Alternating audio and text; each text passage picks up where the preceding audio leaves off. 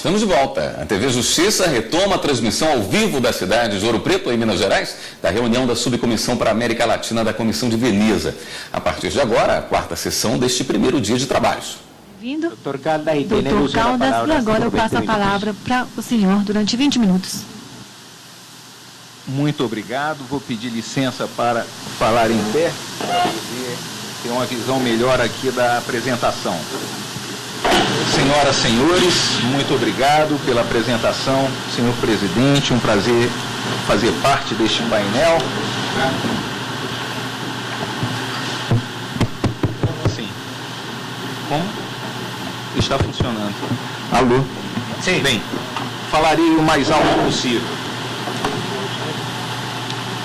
Bem, o tema que nos toca, após a exposição do meu colega Alberto Pérez, que, recordando, trouxe o princípio da não regressividade e a aplicação do artigo 26 da Convenção Americana sobre Direitos Humanos, aliás, o único artigo do capítulo da Convenção Americana sobre Direitos Econômicos, Sociais e Culturais. Portanto, com apenas um artigo titulando, embora direitos econômicos, sociais e culturais estejam também em outros artigos, como o 8º, como veremos, a convenção, os estados que escreveram a nossa convenção, ou o Pacto de São José da Costa Rica, foram extremamente econômicos e pouco sociais nessa abrangência dos direitos. Nós temos então a consideração de que os artigos 8º e 25 da Convenção, o 8º sobre as garantias judiciais e o 25 sobre a proteção judicial, são dispositivos que garantem a possibilidade de, por intermédio deles e de maneira reflexa, chegar-se à justiciabilidade dos direitos sociais. O acesso à justiça, para nós, é o ponto de toque dos dois dispositivos. Na realidade, considerados os dois como no catálogo de direitos civis e políticos, para mim, pessoalmente, em realidade, os dois dispositivos são absolutamente abrangentes dos direitos sociais, sim. São dispositivos de natureza processual e material de garantia do cidadão a ter acesso a este bem maior, justiça, que todos nós aqui compartilhamos este ideal. O artigo 8º das garantias fala em entrega da prestação jurisdicional em um prazo razoável e expressa que não apenas os direitos de natureza penal, mas também os direitos civis, trabalhistas, que é um direito social por excelência, fiscais e de qualquer natureza. Nestes termos, a Convenção se refere, abrindo a possibilidade, evidentemente, de uma interpretação includente dos direitos sociais, como assim o cidadão e a sociedade tanto requerem. O dispositivo do artigo 25 também fala em recurso simples e rápido. Um desafio para todos nós que, no emaranhado de processos, temos a dificuldade generalizada praticamente, na América Latina, de demora na prestação jurisdicional constatável no número de processos perante a Corte Interamericana em que se constatou a violação a estes dois dispositivos, seja pela demora na prestação jurisdicional, seja pela inexistência de um recurso efetivo ou de um recurso simples e rápido. A maioria dos processos que chegou à Corte, que ultrapassa os 80% dos processos, se concluiu pela violação aos dois dispositivos, ou melhor, a pelo menos um dos dispositivos. Muitas vezes combinados, os dois. O que nos desafia a pensar em uma próxima reforma de poder judiciário em que repensemos completamente este processo que parece que, com tanto acesso, com tanta democratização do acesso, ele já não dá conta do número de cidadãos que acorre ao Poder Judiciário. Vamos adiante. Após este labirinto que o cidadão se vê muitas vezes na busca por justiça, nós chegamos ao que poderíamos dizer um círculo vicioso. Esse círculo vicioso implica em que a ausência de direitos sociais, especialmente para as populações mais carentes, impacta negativamente e necessariamente o acesso à justiça, porque o indivíduo sem recursos financeiros pensa muitas vezes antes de buscar um defensor, ainda que seja um defensor público gratuito. Por quê? Porque há riscos no transporte. Vou rapidamente falar de um caso concreto. Uma senhora precisava de um defensor público. Sabia que para obter uma senha de atendimento na Defensoria Pública teria que sair às 3 horas da madrugada de casa para chegar às 5 e conseguir entrar na fila para ser atendida naquele dia. Problema, ela tinha um filho. Não tinha com quem deixar o filho porque a esta hora não há creche aberta. Segundo problema, ela tinha que tomar 2 transportes que passavam por 2 áreas de risco, bairros perigosos.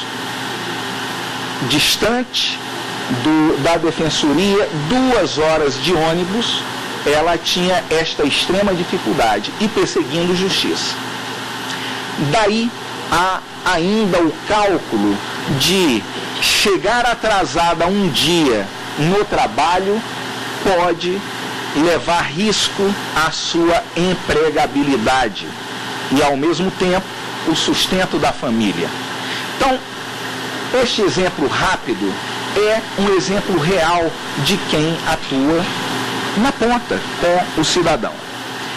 Então, vejam que círculo vicioso. A ausência dos direitos sociais impacta negativamente o acesso à justiça e o não acesso à justiça deste indivíduo que não pleiteia acessa negativamente a evolução dos direitos sociais.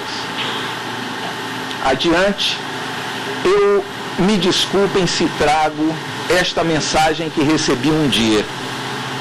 Eu recebi esta mensagem que diz: bom, buscamos justiça, queremos justiça. E aqui, no lado direito, a justiça de olhos vendados, sem encontrar o cidadão ao qual tem a inspiração, a vontade de fato defender. Então, nossa reflexão: a quem nós, judiciário, estamos servindo. Estamos alcançando, democratizando verdadeiramente o acesso à justiça? É isso o que o cidadão nos busca. O direito de acesso à justiça e a obrigação de remover obstáculos econômicos para garantir os direitos sociais. Os estados possuem a obrigação positiva de remover os obstáculos ao acesso à justiça, em especial aqueles que originem na carência dos recursos, como aqui falei. A obrigação de promover serviços jurídicos gratuitos à população, às pessoas sem recurso. Isso está também já na jurisprudência da Corte há algum tempo. Os custos do processo e a própria localização do judiciário é um dificultador, como no exemplo dado, no exemplo real. E as situações de exclusão sistemática que às vezes ocorre em populações que não têm nenhum acesso. No nosso grande país, nós temos alguns locais que juízes do trabalho têm, felizmente, a iniciativa de subirem em barco pelos rios amazônicos à busca de encontrar o jurisdicionado que apresente a sua reclamação trabalhista. Vimos ali as defensorias públicas em diversos graus, inclusive a Interamericana, que permite ou minora as dificuldades, aqui. O devido processo legal nos procedimentos judiciais sobre direitos sociais, segundo a Corte Interamericana, que aí vemos a fotografia da nossa casa em São José da Costa Rica. Os elementos do devido processo legal, segundo a Corte Interamericana, são dois principais. O primeiro, o princípio da paridade de armas, ou seja, a possibilidade de ambos serem ouvidos por um magistrado, de terem um defensor efetivo e não apenas virtual de seus direitos, e a razoável duração do processo, que é algo sobremaneira fundamental para os cidadãos. 5 minutos, pois não. Era o que buscava aqui no meu cronômetro. Adiante. O conteúdo do direito à tutela judicial efetiva em matéria de direitos sociais. Esta apresentação eu vou deixar aqui de maneira que os casos citados,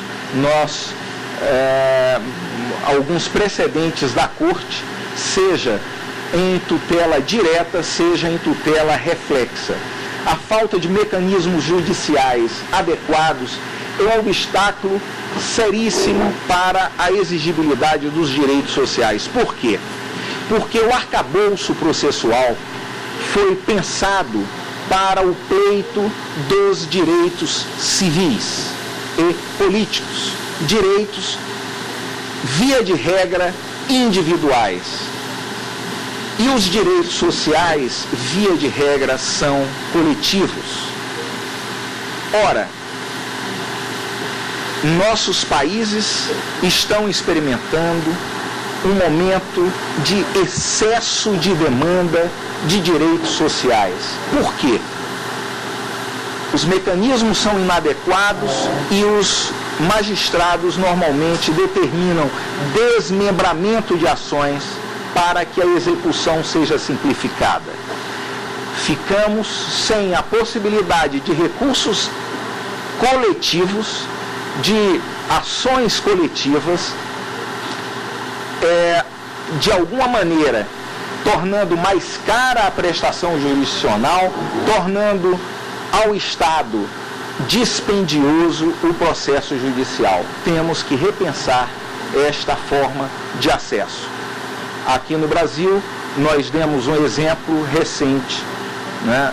Não tão recente, já há uma década, o Supremo Tribunal Federal garantiu a efetividade da substituição processual, que é a ação coletiva pelos sindicatos. Também o Ministério Público tem direito a ações civis públicas, etc. Os mecanismos de acesso à justiça permitem a fiscalização das políticas públicas por diversos atores sociais. Já falei ali sobre a proteção do artigo 25.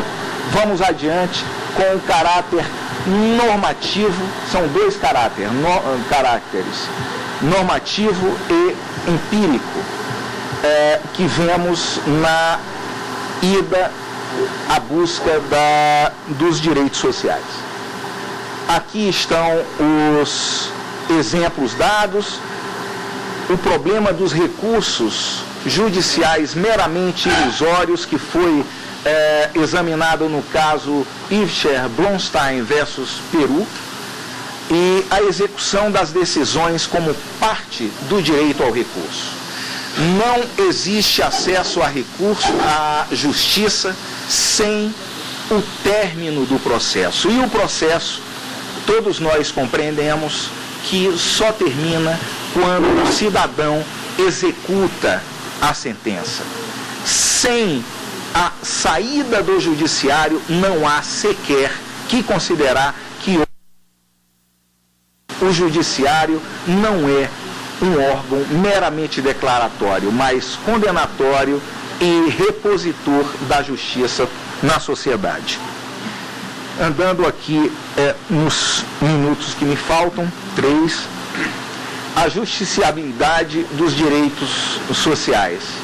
Alguns casos, o caso Niños de la Calle, de 99, o direito à vida. Neste caso, foi por intermédio da violação ao direito à vida que a Corte chegou à compreensão que os direitos sociais estariam sendo afetados como um direito à vida digna. Aliás, a jurisprudência, vários votos concorrentes dizem que o direito à vida não é apenas um direito civil, ele torna-se, em dado momento, também um direito de natureza social, quando impactado pelas dificuldades econômicas de saúde, educação, segurança, hoje já considerado direito social, mobilidade urbana, transporte, portanto, todos os direitos sociais.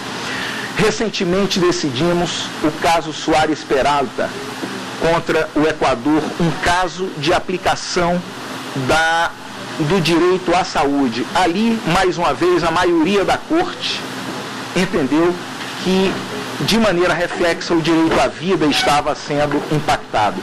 Um brilhante voto do juiz Ferrer MacGregor, meu colega mexicano, me fez refletir e provavelmente evoluirei na próxima questão que tivermos. Ele já considera que há uma violação direta ao artigo 26, combinando com o protocolo de San Salvador, que foi referido hoje pela manhã. Então, para a alegria do meu presidente Joaquim Barbosa, já partimos aqui para as considerações finais. As relações entre direitos sociais e civis e políticos são complexas por natureza e há muitos caminhos para a sua implementação. Sou otimista quanto a encontrar estes caminhos. Os juízes, nós temos um papel de destaque na proteção dos direitos sociais, inclusive em casos de efetiva distribuição de renda e afirmação de políticas públicas inclusivas, paritárias, de cotas, etc. Os direitos sociais são sustentáculos da democracia e não podem ser objetos de retrocesso social, que foi tema também pela manhã. Nós, juízes, além do controle de legalidade e de constitucionalidade, temos também um poder de exercer o controle de convencionalidade desta Convenção Americana sobre Direitos Humanos, que para nós é a Constituição de Direitos Humanos da América. Eu encerraria com esta lembrança do poeta Manuel Bandeira, dos maiores da nossa língua. Não é mineiro, é pernambucano, mas ele fala sobre Ouro Preto, fala sobre, na primeira estrofe, a casa dos ricos, e a segunda, as encostas dos pobres, que evidentemente aqui em Ouro Preto também nós teremos a oportunidade de ver, se subirmos e descermos alguns desses morros, que nós temos uma situação de extrema desigualdade, e este sim é um problema nosso, de todos nós, juízes, que têm por ideal a justiça. Muito obrigado pela paciência.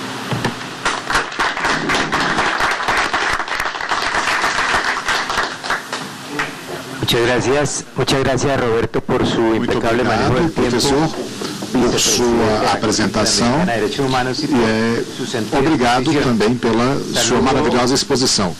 Agora eu convido a senhora juíza presidente da Suprema Corte de Justiça da Nicarágua, Valus Ramos Vanegas, que vai expor o tema de acesso à justiça na proteção dos direitos sociais na Nicarágua e o estado atual do debate. Bem-vinda, doutora, tem a sua palavra.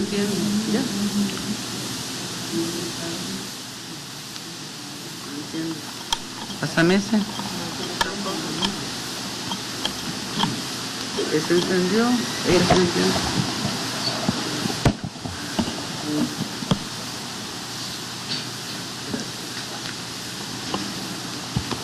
Muy buenas tardes. Boa tarde. Es un honor para mí. É uma honra para mim extenderles un saludo. Oferecer a vocês as melhores saudações em nome da Suprema Corte de Justiça da República da Nicarágua, a todas e todos os participantes deste fórum, onde nós estamos compartilhando as experiências dos nossos países na proteção dos direitos econômicos e sociais. E também o papel que nós desempenhamos enquanto juízes. A tarefa de transformar as normas abstratas em mecanismos tangíveis do muito concreto. Eu farei uma exposição sobre o acesso à justiça e a proteção dos direitos sociais na Nicarágua. No caso particular do meu país, a atual Constituição Política data de 1987 e surge no contexto da Revolução Nicaragüense. Não foi um mero produto de uma comissão de especialistas, mas sim a materialização jurídica de uma profunda transformação social, cujo ator foi o povo da Nicarágua, depois da queda da ditadura somozista em julho de 1979. Portanto, a nossa Constituição atendeu, através de um amplo processo de consulta, as diferentes perspectivas dos mais diferentes setores sociais e políticos do país. Como resultado deste esforço legislativo, a nossa Carta Magna está impregnada de solidariedade e humanismo. Nela, o tema dos direitos humanos ocupa uma importante parte dos seus artigos. Os títulos 3 e 4 são específicos e representam uma parte fundamental da nossa Constituição e constituem o seu 77º artigo, o anúncio dos direitos civis, políticos, econômicos, sociais e culturais da nossa nação. Mesmo assim, muitos dos considerados novos direitos humanos encontram-se contidos nos princípios fundamentais em outras partes da nossa Constituição. Entre os princípios fundamentais a destacar está a democracia participativa, relativa ao regime democrático adotado, introduzindo o direito de participação popular, que atualmente está sendo restituído em todos os instamentos sociais, desde as organizações comunitárias urbanas e rurais, passando pelos grêmios empresariais e sindicais, e tem a participação direta na elaboração e na discussão das leis, até na direção das políticas econômicas do governo. É deste modo que na última reforma constitucional, essa aliança tripartite entre o governo, as organizações empresariais, de trabalhadores e cooperativas elevou a esfera constitucional ao artigo 98 e também o artigo 150 na nossa Constituição. Deste modo, em virtude do artigo 2º da nossa Constituição, o poder não somente reside no povo, como também este o exerce diretamente e através dos seus representantes. O controle constitucional na Nicarágua atende a dois aspectos fundamentais. O primeiro deles, o controle da constitucionalidade dos atos governamentais e administrativos através de recursos de amparo e, em segundo lugar, o controle da constitucionalidade das leis através de um sistema misto que incorpora de modo conjunto o modelo concentrado e difuso. Neste sentido, o poder constituinte estabelece que a Corte Suprema de Justiça, através da Sala do Constitucional, tem, dentro das suas atribuições, conhecer e resolver os recursos de amparo por violação dos direitos estabelecidos na Constituição. E as sentenças que sejam ditadas, acolhendo este amparo, tem como efeito o restabelecimento das coisas ao estado que tinham antes desta violação cometida. Com relação ao recurso de inconstitucionalidade contra leis ou decretos ou regulamentos ou disposições normativas, o Pleno da Corte Suprema o reconhece. A sua declaração terá por efeito a não aplicabilidade total ou parcial da disposição legal recorrida. Mas também, diante de tudo que foi dito, o artigo 5º da Lei Orgânica do Poder Judicial, é a mesma lei de amparo, é facultada a qualquer autoridade judicial a declarar a inconstitucionalidade de alguma norma aplicável ao caso submetido ao seu conhecimento. Resolução que deve ser enviada ao Pleno da Corte e somente quando esta se pronuncie e confirme a sua inconstitucionalidade, surtirá efeitos erga omnes. Esta faculdade de declarar inconstitucionalidade de uma norma em caso concreto é estabelecida inclusive no caso de recurso de amparo, ou seja, que também este recurso de amparo pode servir como base ou instrumento jurídico para controlar na constitucionalidade certas normas em casos concretos. E assim fica estabelecida na Lei de Amparo, artigo 22 e 29.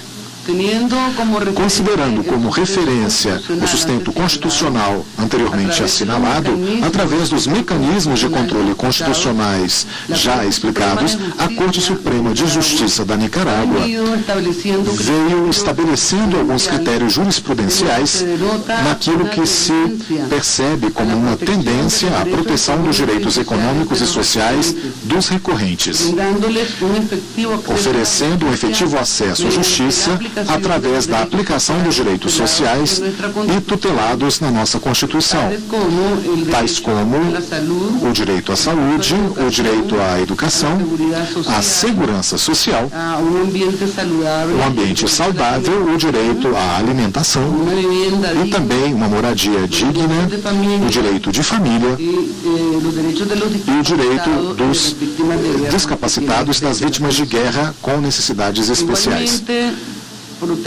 Igualmente protege de forma especial o direito ao trabalho em seu artigo 57, que é considerado não somente um direito, mas também uma responsabilidade social. Porquanto o artigo 81 da Constituição estabelece que o trabalho dos nicaragüenses é o meio fundamental para a satisfação das necessidades da sociedade, das pessoas e também é fonte de riqueza e prosperidade da nação. O Estado procurará a ocupação plena e efetiva de todo nicaragüense em condições que garantam os direitos fundamentais das pessoas. Assim mesmo, os direitos trabalhistas encontram-se no capítulo 5º da nossa Carta Magna, onde existe uma verdadeira cláusula social e se indicam as garantias mínimas que os trabalhadores possuem no seu artigo 86, que o citamos ao pé de página para não tardarmos muito na nossa exposição. Em correspondência com o espírito social com que a nossa Constituição recorre ao direito trabalhista, uma das resoluções emblemáticas em matéria trabalhista ditadas pela norma constitucional é a sentença número 181 de 2001. Esta faz referência ao recurso de amparo interposto contra o inspetor-geral do Trabalho por autorizar o fechamento de uma empresa e o cancelamento de 112 contratos de trabalho. Com relação a este tema, o Pleno do Tribunal resolveu o recurso interposto e considerou, em primeiro lugar, que a Inspetoria do Trabalho não teria, de nenhum modo, competência em razão da matéria para considerar o fechamento de uma empresa, nem competência para o cancelamento de contratos de trabalho, o que corresponderia unicamente ao Poder Judicial. E que a única faculdade da Inspetoria é conceder a suspensão temporária de ditos contratos de trabalho. Por isso, dita autoridade reconhecida violou os artigos que estão previstos na nossa Constituição e invalidou a esfera de competência própria e exclusiva dos tribunais de justiça. Em segundo lugar, outro aspecto de grande relevância para a análise da resolução deste recurso é a vigência dos acordos assinados em 2 de fevereiro de 1993 entre os representantes do governo, Ministério de Finanças, de Trabalho, etc., e também os representantes dos trabalhadores através das centrais sindicais, conhecidos como os Acordos de Concertação Econômica e Social, e que têm como base a firme vontade de diálogo entre o governo, os empregadores e os trabalhadores para a solução dos problemas que impliquem na participação destes envolvidos na vida econômica nacional e tem como fundamento jurídico o artigo 101 da Constituição, que estabelece os trabalhadores e demais setores produtivos têm o direito de participar na elaboração e na execução e controle dos planos econômicos. O artigo 81 da Constituição, que diz que os trabalhadores têm o direito a participar da gestão das empresas por meio das suas organizações.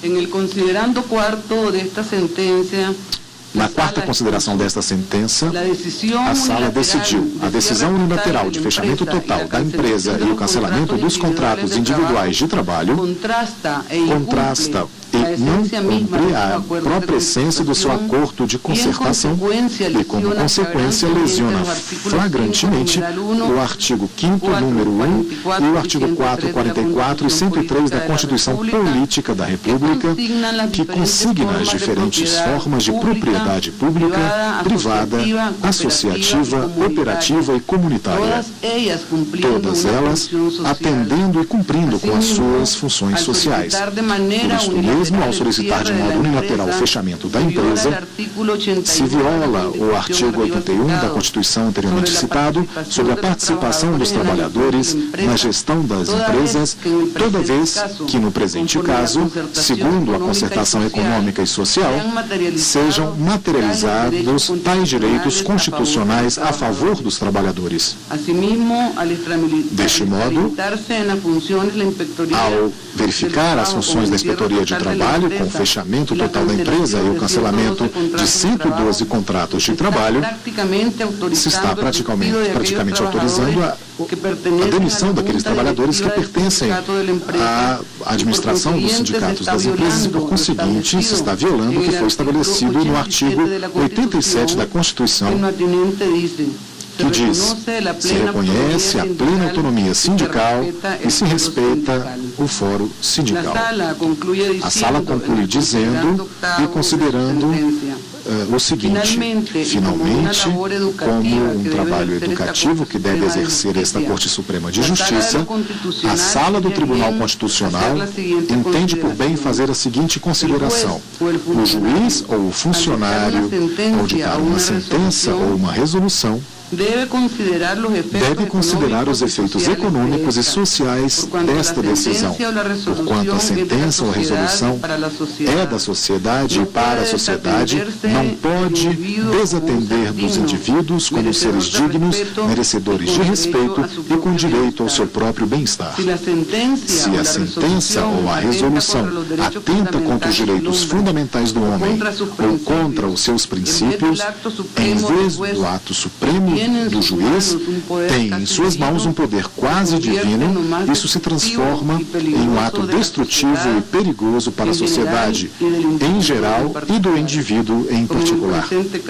No presente caso, onde o funcionário recorrido, sem nenhuma faculdade, fecha uma empresa e cancela 112 contratos de trabalho. Este critério é reproduzido na sentença número 92 de 2007 e na sentença número 118 do ano 2008, ambas da Sala do Constitucional, que tutelou os direitos trabalhistas em geral em 24 sentenças citadas nas disposições, que eu não posso citar por questões de tempo. Mesmo assim, os direitos da mulher grávida está consolidada na nossa Constituição, que em seu segundo parágrafo estabelece que a mulher terá proteção especial durante a gravidez e gozará de licença com remuneração salarial e prestações adequadas da Previdência Social. Esses direitos foram materializados em diferentes sentenças, como na número 247 de 2007, que decidiu recurso de amparo e interposição contra a Inspetora-Geral do Trabalho por ter autorizado uma demissão apesar do estado de gravidez. O tribunal decidiu atender a pretensão da pretendente porque a funcionária pública decidiu omitir a aplicação do artigo citado e as leis do trabalho em vigência no relativo ao estado de gravidez da recorrente e não respeitou o devido processo que deveria ser observado nesse caso. Em matéria de previdência social, este Supremo Tribunal ditou sentenças protegendo o direito dos nicaragüenses consagrados no artigo 61 da Constituição, tal como a sentença 145 de 2008, sobre o recurso de amparo interposto contra a presidente executiva de uma empresa por negar a outorga de uma pensão por invalidez. Outras sentenças, onde foi observado o direito à segurança social, são encontradas também na 68035, que resolve sobre esse mesmo tipo de infração. Da análise destas práticas jurisprudenciais, e eu omiti várias por razões de tempo, o marco constitucional nicaragüense, deduzimos que o nosso ordenamento está circunscrito dentro do que se definiu como Estado constitucional e social de direito, tal como estabelecido no artigo 6 da nossa Constituição, similar ao seguido por muitos estados da América Latina, estabelecendo com clareza a primazia constitucional sobre as demais leis de rango inferior e permitindo ao Estado a sua intervenção através dos seus diferentes poderes em assunto de sua competência com relação às garantias na justiça social e também definindo limites para o poder do Estado em sistemas efetivos de controle constitucional. Não obstante, apesar destes esforços, nós temos na prática algumas limitações efetivas que são de caráter econômico das pessoas e deficiências de caráter educativo para poder concorrer recorrer diante dos tribunais para demandar os seus direitos. Nós também temos algumas lacunas, como seria o fato de que só se pode recorrer em questões de amparo quando existe uma parte muito desprotegida e quando se trata de grandes empresas transnacionais que apresentam mais dificuldades devido às privatizações que foram realizadas na década passada, que prestam serviços públicos básicos como energia elétrica, telefonia e água. Não existem recursos contra os atos destas empresas, mas isso será subsanado com o passar do tempo. Para avaliar todas estas deficiências que ainda temos, como o cumprimento e a proteção dos direitos econômicos e sociais, é obrigação de todas as instituições do Estado, não somente do Poder Judiciário, também o governo, através do Plano Nacional de Desenvolvimento Humano, uma série de programas sociais, como o Programa de Educação e Saúde Gratuita, o Programa de Alfabetização, o Programa para o Teto Digno, de Casas para o Povo e as melhorias das moradias através do Plano Teto e também o Plano Usura Zero. Muito obrigado pela sua atenção.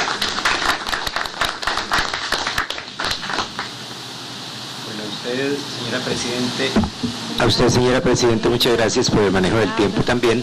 Respeitado o tempo também.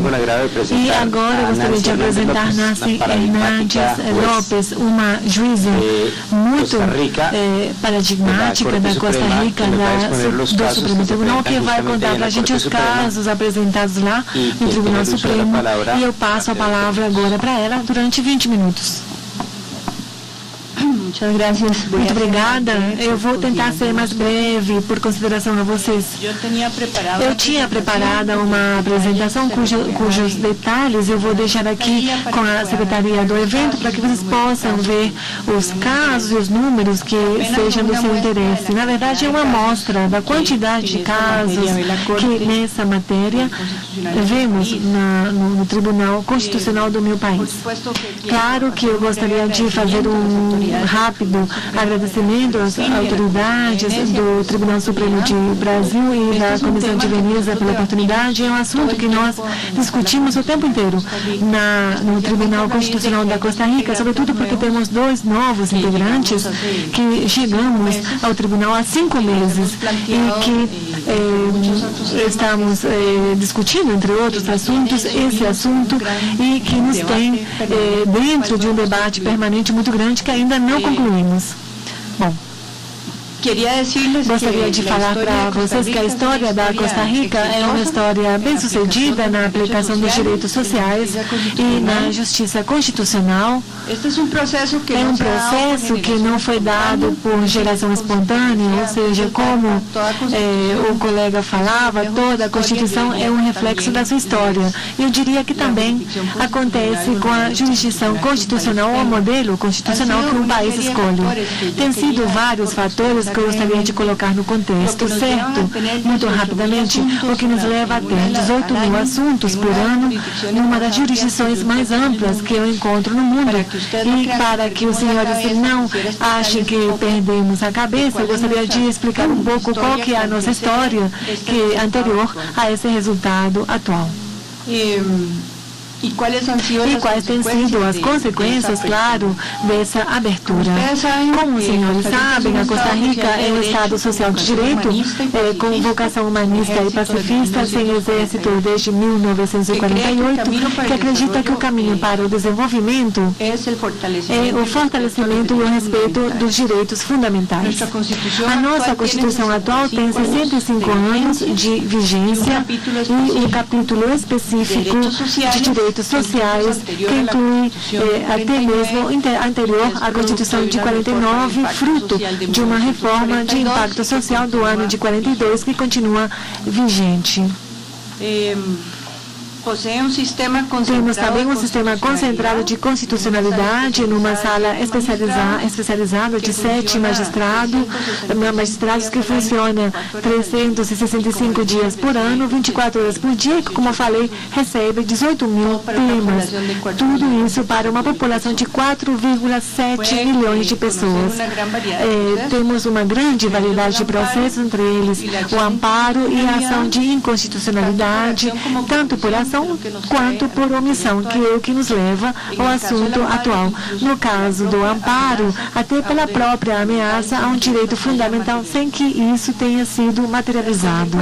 As consequências de tudo isso, ou dessa abertura, têm sido muito positivas na maioria dos casos e temos gerado uma série de consequências colaterais que eu gostaria de expor aqui para os senhores, que eu não falo que são necessariamente ruins, mas eu gostaria que os senhores considerassem como fatos reais do que é ter uma vigência plena e um acesso pleno aos direitos sociais num país em desenvolvimento como é o meu. Em primeiro lugar, criou-se uma crise de representação e governabilidade do ponto de vista da classe política. Do ponto de vista do cidadão, eles estão satisfeitos. Mas por que aconteceu uma crise de representação? Porque nesse momento na Costa Rica é mais fácil que o cidadão tenha diante de um juiz um direito qualquer, uma medicina, um remédio, o acesso a uma escola, que tenha uma escola nessa comunidade construída ou que tenha uma estrada construída, tem mais possibilidade de conseguir isso diante de um juiz do que diante de uma autoridade da sua representação. Portanto, teve um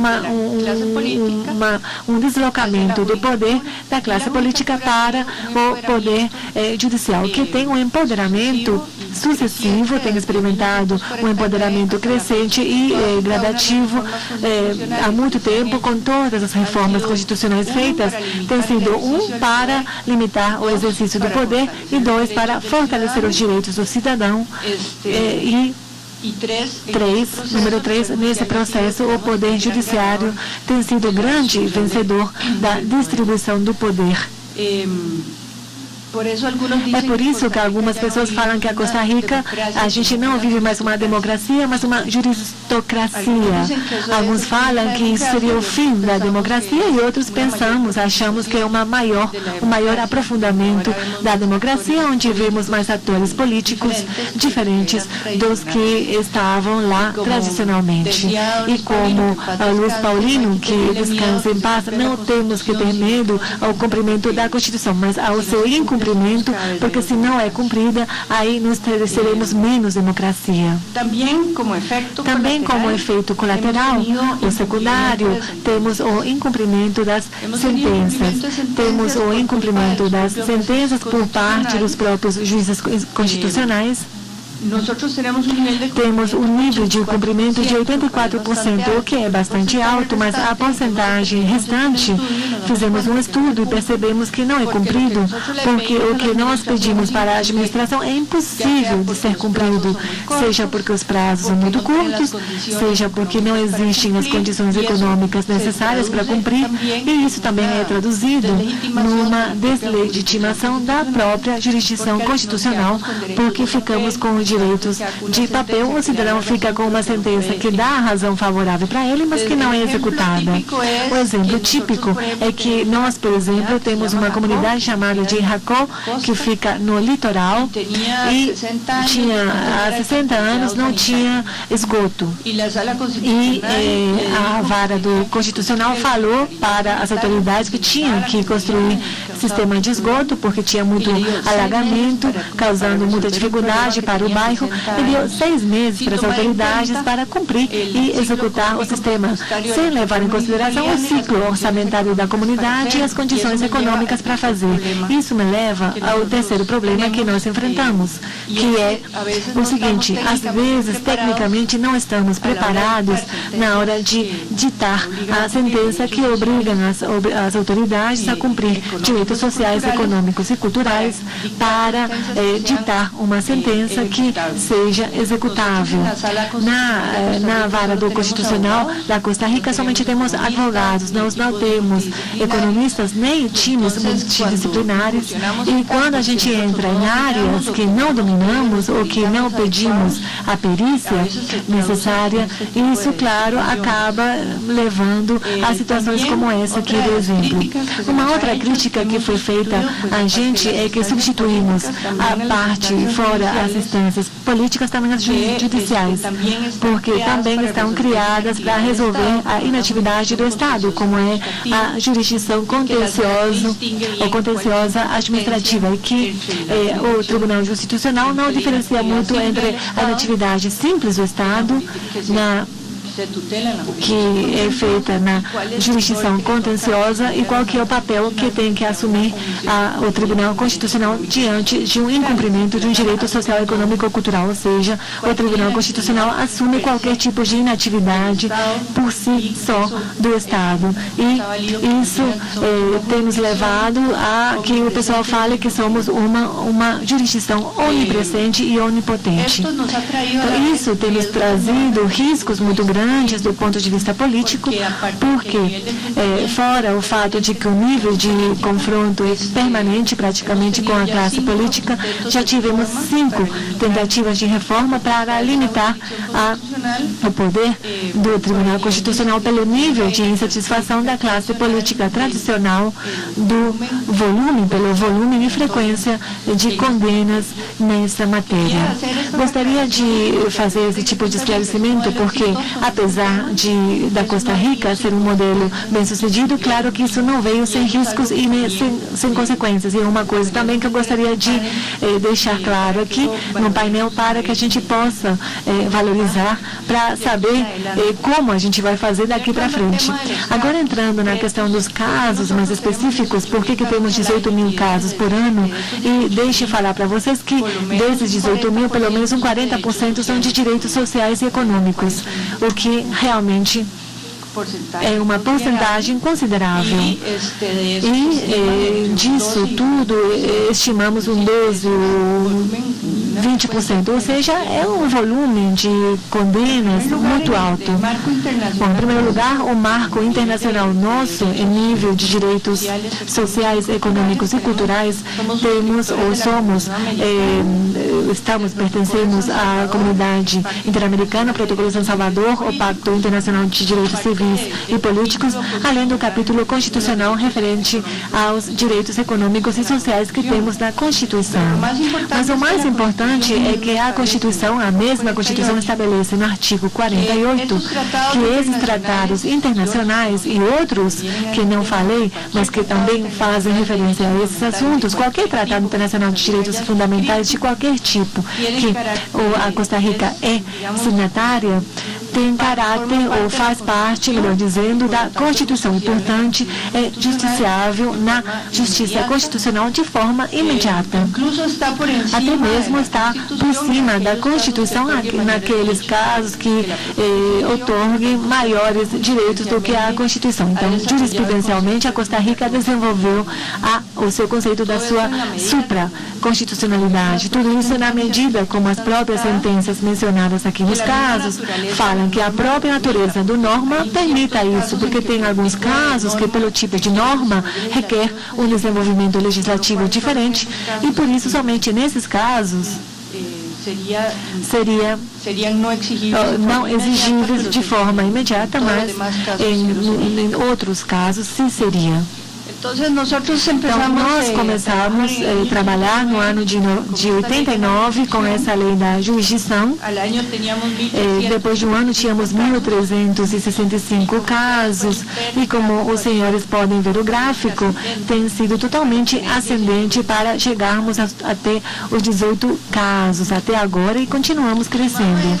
Bom, Além desse contexto, temos uma seguridade, uma previdência social que é universal, solidária e universal, que é financiada obrigatoriamente pelos trabalhadores, empregadores e pelo Estado, que faz com que todo o assunto da saúde pública seja justiciável na Constituição Federal e que constitui o grande número de casos na matéria, no tipo de assuntos que nós recebemos entre 1.700 e 2.000 casos por ano, onde o Tribunal Constitucional concede cirurgias, remédios, ordena abrir sessões especiais de transplante de órgãos em determinados hospitais, intervém também alguns hospitais, e não chegamos no caso do Tribunal Constitucional da Colômbia, que fez a intervenção em todo o sistema de saúde, porque a gente vai fazendo tudo por partes. A sentença mais emblemática que temos relacionada à saúde são duas. A lista de espera para a cirurgia, que foi uma paciente de uma cirurgia de joelho, que estava esperando há anos para uma cirurgia, tinha 200 pessoas na frente dela. E, com esse caso, o Tribunal Constitucional fez um estudo de todo o déficit nesse assunto, em toda a lista de espera de todos os hospitais do país, em todas as diferentes especialidades, e obrigou o Estado a resolver num prazo de tempo determinado, que foi 12 meses. Foi feita uma proposta com relatórios semestrais para ver como eles estavam realmente tentando lidar com o problema e resolver o problema. O resultado foi bem sucedido, conseguiu se reduzir, já passou o prazo de um ano. Não houve, claro, uma redução ao zero, mas eles conseguiram reduzir 80% a lista de espera para cirurgias. Um outro assunto muito importante é a questão de HIV/AIDS, que foi uma sentença ditada em 2007, onde o Tribunal Constitucional ordenou ao fundo dar os remédios antirretrovirais para os pacientes de AIDS, porque esses fármacos tinham sido negados pelas autoridades para os pacientes, e ordena que seja assim para todos os pacientes com AIDS. Então, de acordo com essa sentença, o custo por paciente de investimento per capita em remédios cresceu 90%.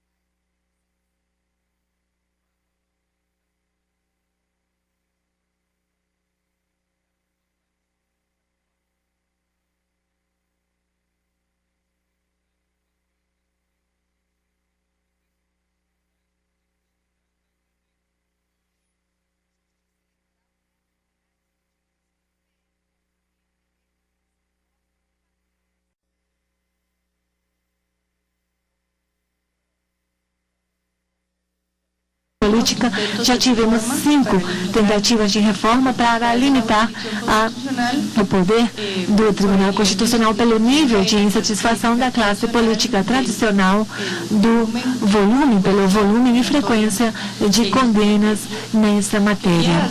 Gostaria de fazer esse tipo de esclarecimento porque, apesar da Costa Rica ser um modelo bem-sucedido, claro que isso não veio sem riscos e sem consequências. E uma coisa também que eu gostaria de deixar claro aqui no painel para que a gente possa valorizar, para saber como a gente vai fazer daqui para frente. Agora, entrando na questão dos casos mais específicos, por que temos 18 mil casos por ano? E deixe falar para vocês que desses 18 mil, pelo menos um 40% são de direitos sociais e econômicos, o que realmente é uma porcentagem considerável. E disso tudo, estimamos um 12 ou 20%, ou seja, é um volume de condenas muito alto. Bom, em primeiro lugar, o marco internacional nosso, em nível de direitos sociais, econômicos e culturais, temos ou somos, pertencemos à comunidade interamericana, Protocolo San Salvador, o Pacto Internacional de Direitos Civis e Políticos, além do capítulo constitucional referente aos direitos econômicos e sociais que temos na Constituição. Mas o mais importante é que a Constituição, a mesma Constituição, estabelece no artigo 48 que esses tratados internacionais e outros que não falei, mas que também fazem referência a esses assuntos, qualquer tratado internacional de direitos fundamentais de qualquer tipo que a Costa Rica é signatária, tem caráter ou faz parte, melhor dizendo, da Constituição. Portanto, é justiciável na Justiça Constitucional de forma imediata. Até mesmo está por cima da Constituição naqueles casos que outorguem maiores direitos do que a Constituição. Então, jurisprudencialmente, a Costa Rica desenvolveu o seu conceito da sua supraconstitucionalidade. Tudo isso na medida como as próprias sentenças mencionadas aqui nos casos falam que a própria natureza do norma permita isso, porque tem alguns casos que, pelo tipo de norma, requer um desenvolvimento legislativo diferente, e por isso, somente nesses casos, seriam não exigíveis de forma imediata, mas em outros casos, sim seria. Então, nós começamos a trabalhar no ano de 89 com essa lei da jurisdição. Depois de um ano, tínhamos 1.365 casos e, como os senhores podem ver o gráfico, tem sido totalmente ascendente para chegarmos até os 18 casos até agora e continuamos crescendo.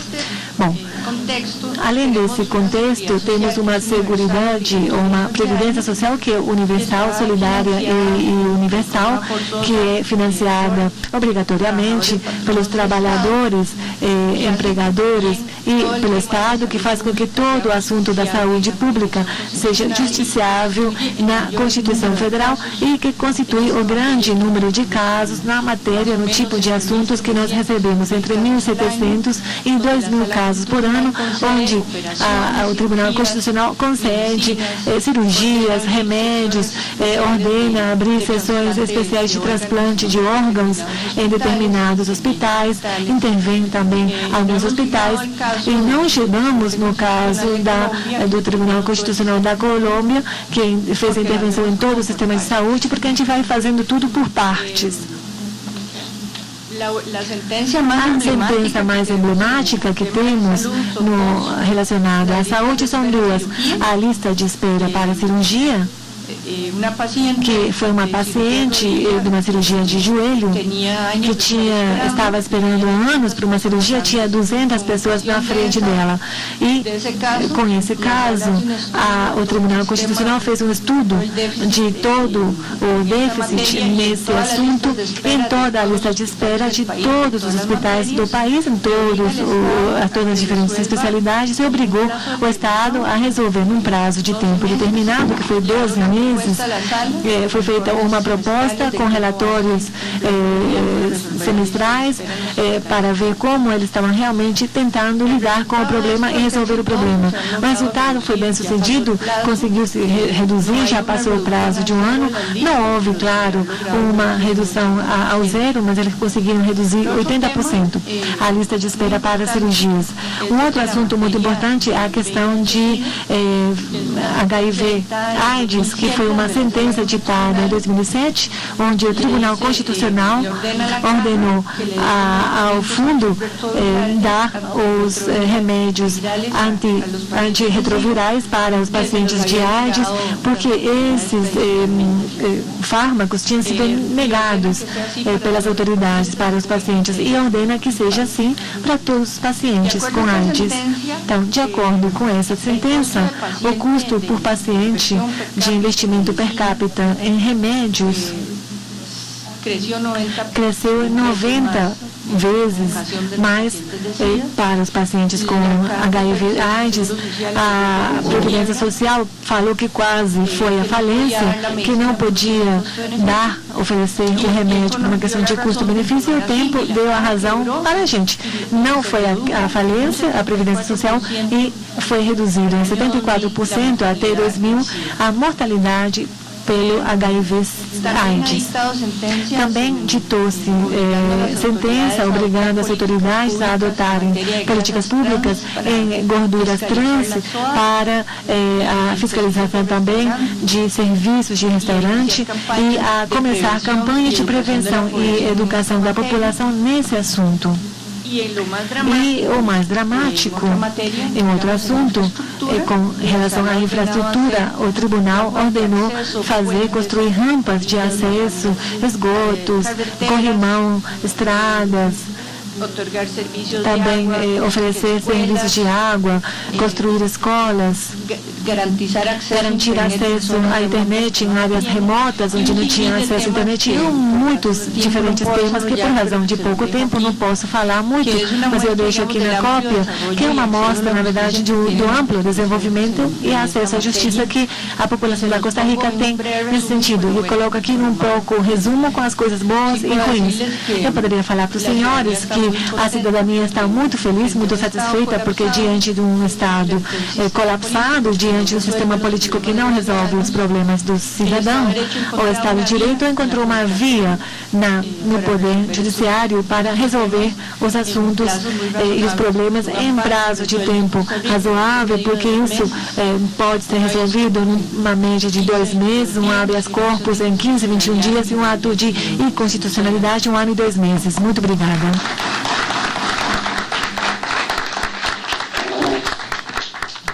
Bien, Nancy, muchas gracias. Y terminamos la sesión e acabamos a sessão com a fala do professor Manuel González Oropesa. Ele é juiz do Tribunal Federal Eleitoral do México e, além do mais, é membro substituto da Comissão de Veneza.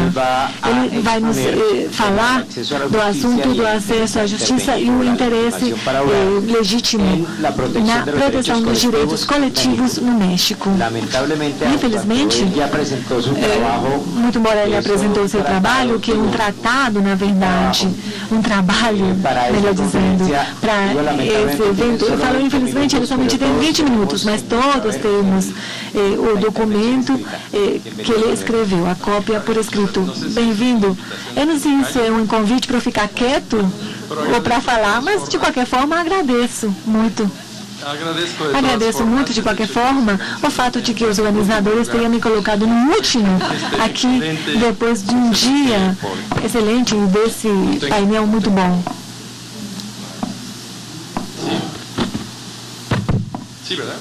Está funcionando, sim? Muito bem. Eu vou ficar mais próximo.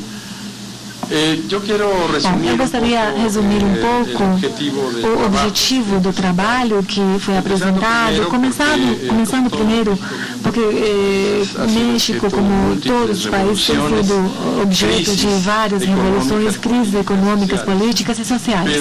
Mas acredito que a experiência mexicana nos mostra que, embora nas crises as instituições surgem e renascem. Não poderia ter uma crise mais terrível, diria eu, do que a que aconteceu em meados do século XIX, quando a gente sofreu a invasão pelos Estados Unidos e tira metade do nosso território, e onde aconteceram depois muitas revoluções, e onde até mesmo o Vaticano teve que intervir para excomungar aqueles que não obedecia às decisões constitucionais do México. Naqueles anos de 1847, foi criado o Tribunal de Amparo no nosso país, e mais tarde um grande jurista, Ponciano Arriaga, fala de uma coisa que eu acho que temos perdido no México. Ele disse que o povo não pode ser livre, nem republicano, e muito menos com boa fortuna, Por muito que 100 constituições e milhares de leis proclamem direitos abstratos, teorias lindas no papel, mas que não podem ser levadas à prática como consequência do absurdo sistema econômico da sociedade. E realmente nós temos tido constituições e leis que têm decorado muito o nosso país. A gente sente muito orgulho, falamos que são realmente vestidos muito bonitos, não é? Trajes onde o toureiro se veste com aquele traje cheio de luz, mas que na verdade não tiram a população da pobreza e às vezes da pobreza extrema. Por muito que a Constituição mexicana de 1917 estabelecesse a primeira declaração social do mundo,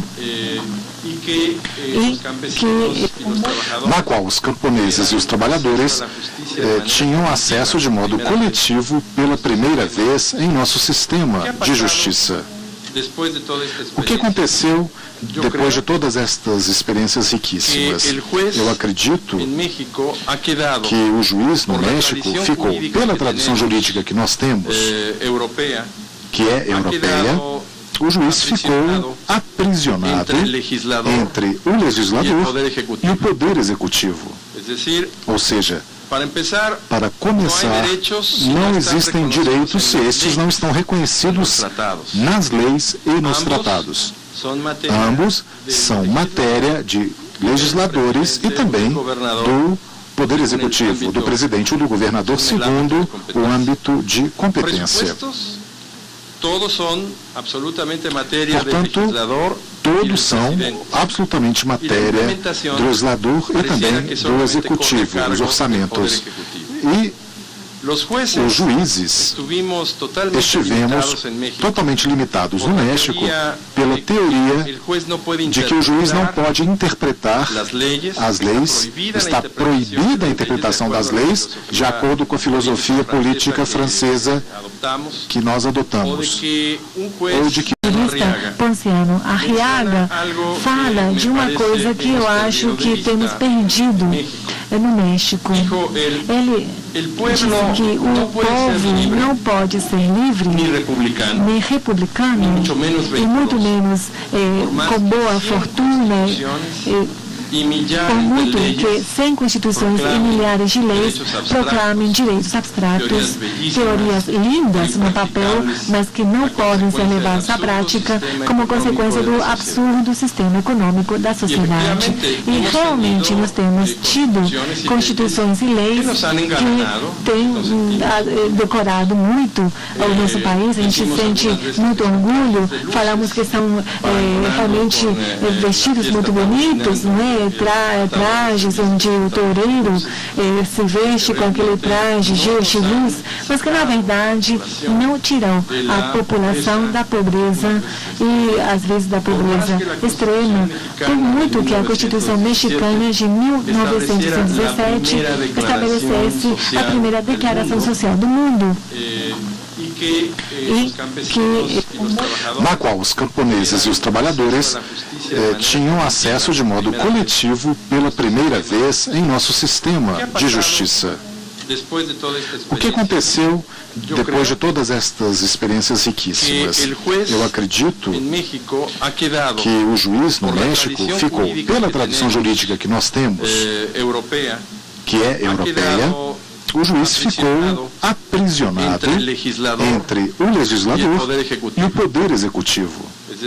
Ou seja, para começar, não existem direitos se estes não estão reconhecidos nas leis e nos tratados. Ambos são matéria de legisladores e também do poder executivo, do presidente ou do governador, segundo o âmbito de competência. Portanto, todos são absolutamente matéria do legislador e também do executivo, dos orçamentos. E os juízes estivemos totalmente limitados no México pela teoria de que o juiz não pode interpretar as leis, está proibida a interpretação das leis de acordo com a filosofia política francesa que nós adotamos. Ou de que um juiz que não tenha uma origem democrática,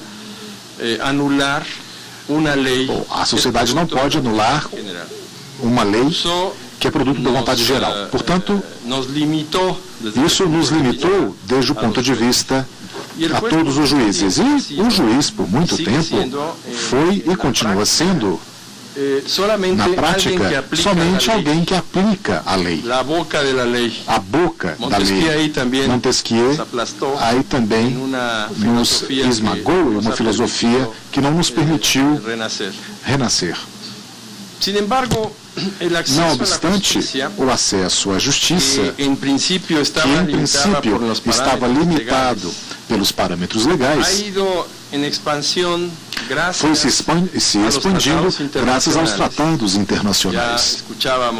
Nós ouvíamos anteriormente o artigo 25 da Constituição Americana de Direitos Humanos e a sua repercussão na Constituição mexicana, que felizmente foi sendo reformada a partir de 2011. Nós reconhecemos a legitimação ou o interesse legítimo de qualquer parte agravada.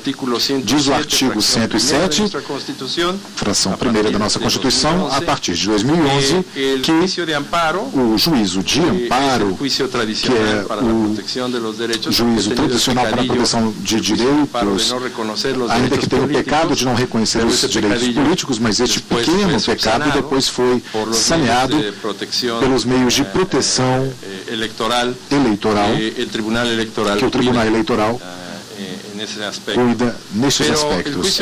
Mas o juízo de amparo pode ser promovido para instâncias da parte agravada, e a instância da parte agravada é a titular de um direito ou aquele que tem um interesse legítimo. Nós conhecemos e entendemos por interesse coletivo as ações coletivas. Não necessariamente tem que ter uma afetação na sua esfera pessoal ou individual para ir até os tribunais. E isto nos permitiu realmente abrir, de 2011 em diante, os tribunais que não somente os tribunais federais, mas sim também os tribunais estaduais. De fato, os tribunais estaduais das entidades federativas foram os primeiros, antes que os tribunais federais, em reconhecer certos e determinados direitos que não estivessem reconhecidos nas leis ou nos tratados. No ano 2000, a Constituição de Veracruz, de uma das entidades federativas, que eu me sinto muito orgulhoso porque a minha família provém deste estado de Veracruz. Esta Constituição estadual estabeleceu que os direitos dos veracruzenses mexicanos são reconhecidos em todas as normas, mas além disso, pelas sentenças judiciais. É a primeira vez que é aventada a possibilidade de que o juiz possa reconhecer direitos fora da Constituição, fora das leis, fora dos tratados internacionais. E estes direitos podem ser princípios gerais, tanto de direito interno como também de direito internacional. E é o primeiro avanço neste sentido. Mas, resumindo, o juiz tradicionalmente foi estranho às políticas sociais do nosso país, e nós estamos recuperando o tempo para que sejamos um ator de muita importância nessa formação de políticas sociais. O problema é que, sendo os atores destas políticas sociais e desse reconhecimento de direitos sociais, deste acesso à justiça, nós temos o problema, como dizia a senhora ministra Nancy Hernandes, da implantação. Ou seja, em algumas ocasiões, as nossas sentenças que reconheceram nas comunidades indígenas direitos que não estavam previstos propriamente na ordem normativa, particularmente para as mulheres indígenas, mas em geral para todos os indígenas mexicanos, que são 13 milhões de habitantes no nosso país, ou inclusive para aqueles que integram uma união que foi negada a eles por sua filiação política, integrar e trabalhar adequadamente nesse núcleo de trabalho, retiram seu salário, seu escritório, não permitem as discussões devidas. Toda esta variedade de assuntos, nós tratamos de implementá-la da melhor maneira. E a resposta ainda subsiste desde o século passado, de que estes direitos são direitos programáticos, submetidos às condições econômicas do Estado, aos orçamentos e também às limitações. E agora claramente observamos que a judicatura mexicana tem um interesse em exigir esta implantação. Não obstante, o problema foi que, como juízes, viemos da obscura região do antigo regime, onde nós éramos nada mais do que a boca da lei. Nós ainda não temos reconhecimento social para que sejamos juízes ativistas na proteção dos direitos ou juízes inovadores que possa obrigar o Congresso, por exemplo, para incluir uma parte do orçamento para cumprir o direito à saúde, por exemplo. Não obstante, tivemos alguns casos importantes e recentes que fazem referência, por exemplo, ao direito à saúde, onde alguns juízes federais ou juízes de distrito ditaram sentenças, como no caso Numa, que é uma comunidade indígena do estado de Guerreiro, onde está a cidade de Acapulco, para que vocês tenham uma melhor referência, na qual as autoridades repetidamente negaram os serviços de saúde a uma comunidade, porque se tratava de uma comunidade com menos de 2.500 habitantes, e que, além disso, se encontrava não tão distante de um centro de saúde, somente a 15 quilômetros deste centro de saúde, que poderiam ir caminhando, e todos os doentes tinham um alto risco de vida. Bom, depois de muitas sentenças e execuções de sentenças e não execuções de sentenças, o juiz do distrito, com boa visão, exigiu que se estabelecesse, considerando o direito à saúde tão amplo que existem nos tratados internacionais, decidiu exigir às autoridades abrir uma casa de saúde ou uma clínica, como se dizia no ordenamento vigente, pelo menos uma clínica que pudesse, um posto de saúde que pudesse para a atenção, o atendimento à saúde desta comunidade. Outro caso que me parece interessante é o caso das mães. Porque geralmente todos esses casos acontecem com as mães das comunidades indígenas. A ponto de dar à luz, as futuras mães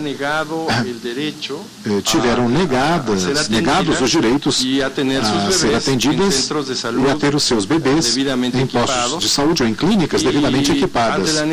E diante da negativa, nós ouvimos e verificamos os relatórios muito dolorosos onde as mães têm que dar à luz na rua, no parque público, perto do centro de saúde, mas fora da clínica. Aqui os tribunais intervieram com o objetivo de exigir ao setor sanitário, e esse setor da saúde é um setor coordenado entre a Federação e os Estados, que não repetissem estes fatos e que garantissem a todos o direito à saúde e também a obrigação do cuidado médico correto a estas mulheres grávidas. Eu gostaria de finalizar esta minha intervenção com algumas ideias que não dizem respeito propriamente aos tribunais. Afortunadamente, no nosso país, desde os anos 90 do século passado, foram criadas instâncias que são organismos autônomos de Estado, protetoras dos direitos do homem. Isto se chama, nós chamamos isso de comissões, a imagem e semelhança da Comissão Interamericana de Direitos Humanos.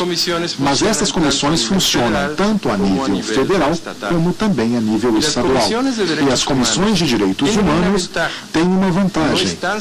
Não estão submetidas a leis processuais, nem a requisitos.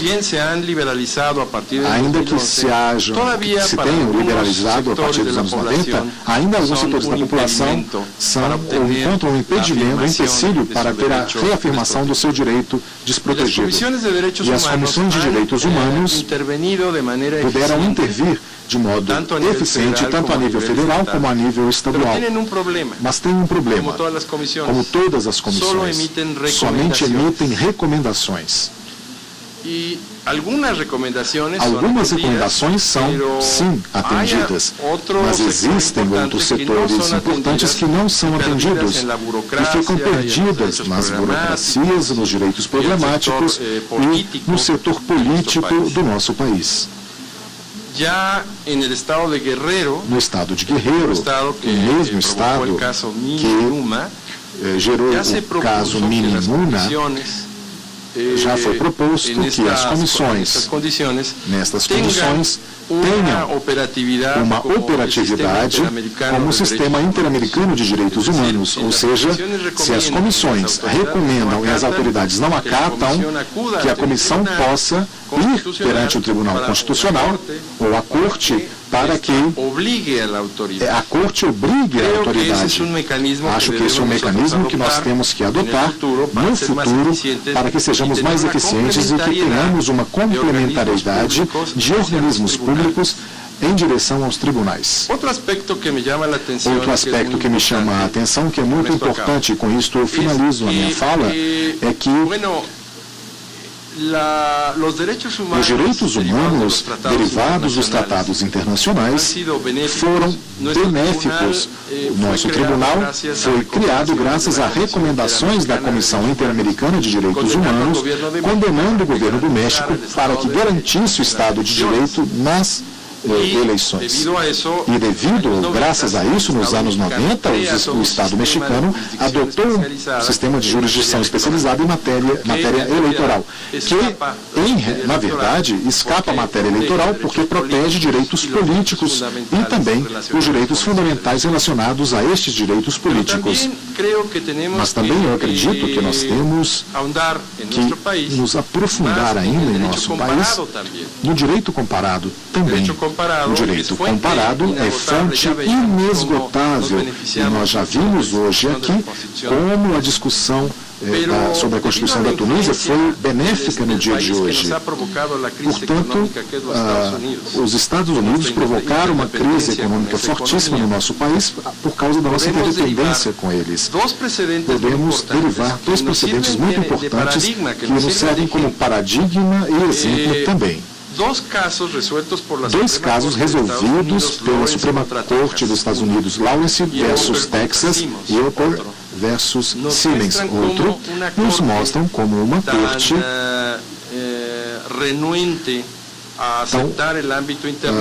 notável no âmbito internacional, não obstante, resolveu o caso dos direitos das pessoas de filiação homossexual por um lado e por outro da pena de morte juvenil que era estabelecida, e abertamente o juiz Kennedy disse que essas resoluções se inspiraram na Convenção Europeia de Direitos Humanos e na aplicação da Convenção Europeia de Direitos Humanos. O que tem a ver a jurisdição europeia nos Estados Unidos?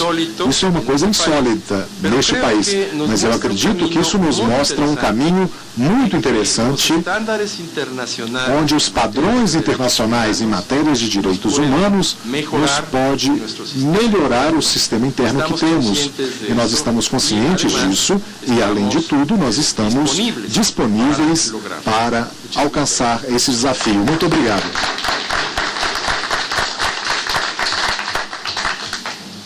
Muy bien.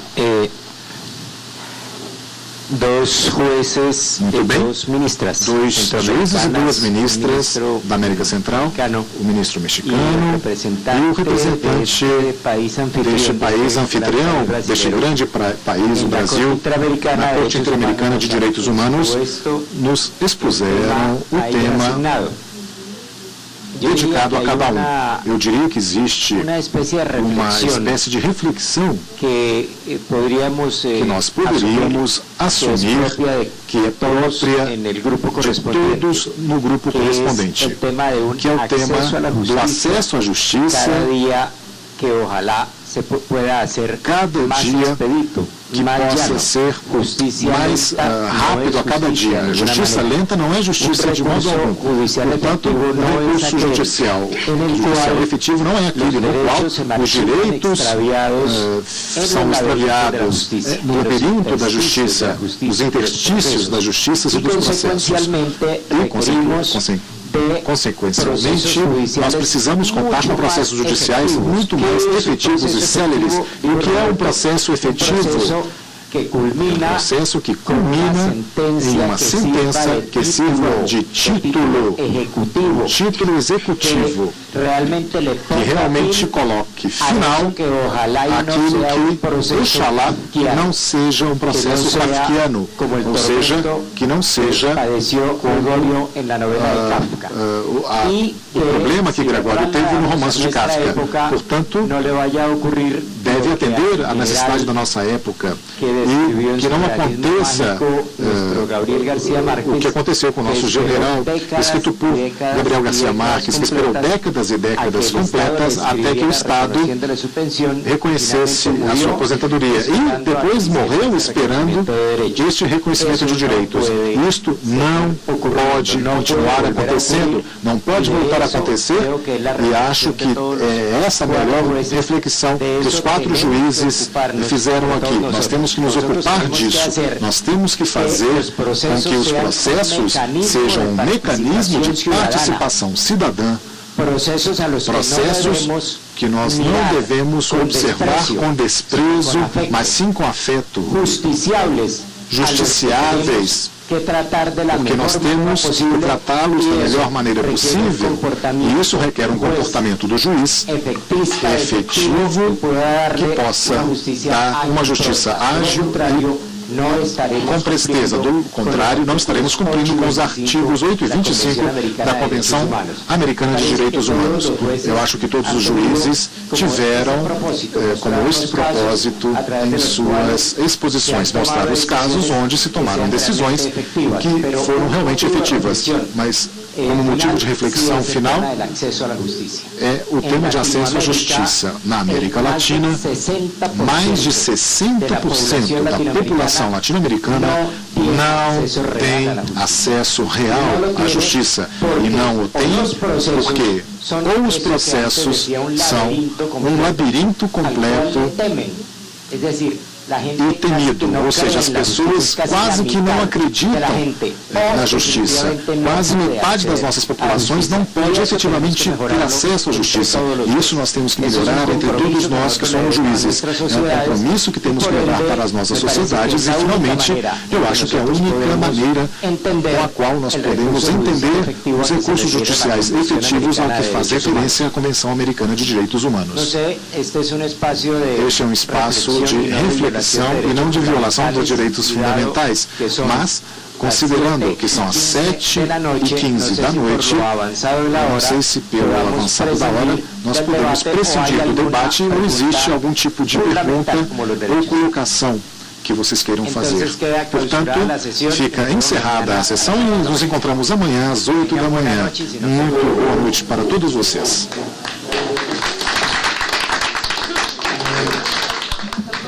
Eu gostaria de reiterar o aviso feito pelo colega Luiz Ernesto Vargas Silva de que amanhã os nossos trabalhos começam às 8 horas para os membros da subcomissão. E da comissão também, né? La subcommission seulement et les représentants des pays. Sim. Os membros da subcomissão e para os representantes dos países da América Latina, às 8 horas.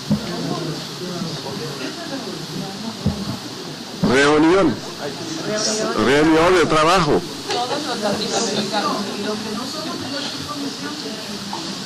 Mas se quer venir, pode venir, sem problema. O pueden embriagarse.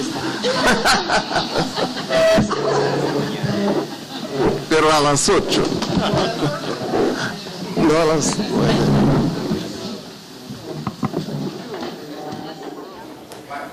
Por enquanto, ficamos por aqui. Amanhã, vamos acompanhar ao vivo da cidade de Ouro Preto, em Minas Gerais, a continuação das palestras da reunião da Subcomissão para a América Latina da Comissão de Veneza, prevista para recomeçar às 10 horas da manhã. Toda a cobertura do primeiro dia da reunião você vai ver logo mais no Jornal da Justiça, segunda edição. Continue aqui na TV Justiça.